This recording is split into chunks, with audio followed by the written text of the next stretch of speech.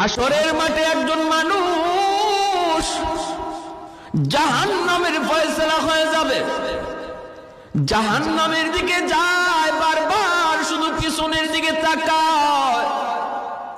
আল্লাহ পাক রব্বুল আলামিন তারে ডাক দিয়ে আনবেন, বান্দা ফয়সালা হয়ে গেল তোমার জাহান্নাম, কিন্তু বারবার শুধু পিছনের দিকে আমি আল্লাহর দিকে তাকায় তুমি কি ভাবতেছ?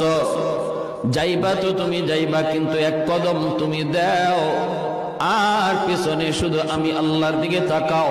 ঘটনা কি, কি জন্য তুমি তাকাইতেছ?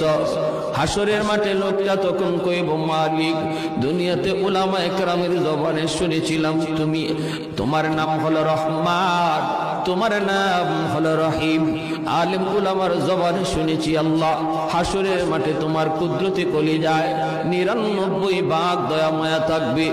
ও মালিকা, আজ হাসরের ময়দানে আমার ফয়সালা হয়ে গেছে জাহান্নাম, আমি জাহান্নামের দিকে যাইতেছি, কিন্তু বারবার কেন জানি আমার মনে হয়, কেন জানি আমার অন্তরে আশা জাগে, আজকে তোমার দয়া মায়ার উসিলায় তুমি আমাকে মাফ করে দাও কিনা, এজন্য বারবার পিছনে তাকাইতেছি।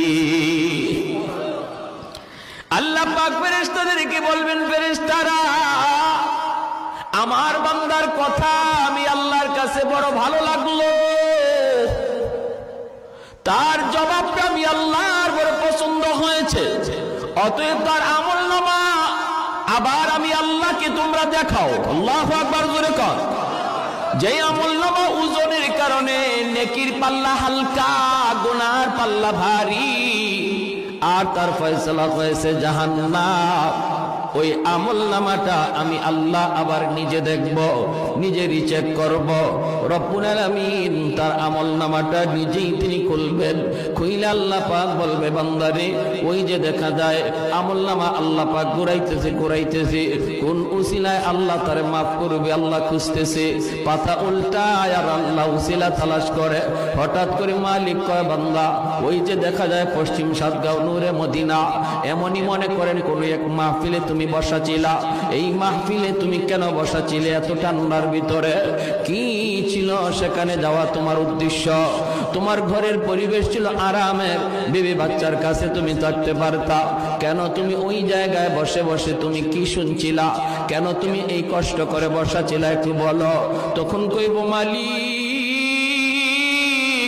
দুনিয়ার কোনো উদ্দেশ্য ছিল না, ওই জায়গায় গেলে পরে আমারে কেউ ৫০০-১০০০ টাকা দিবে এমনও ছিল না, আল্লাহ কষ্ট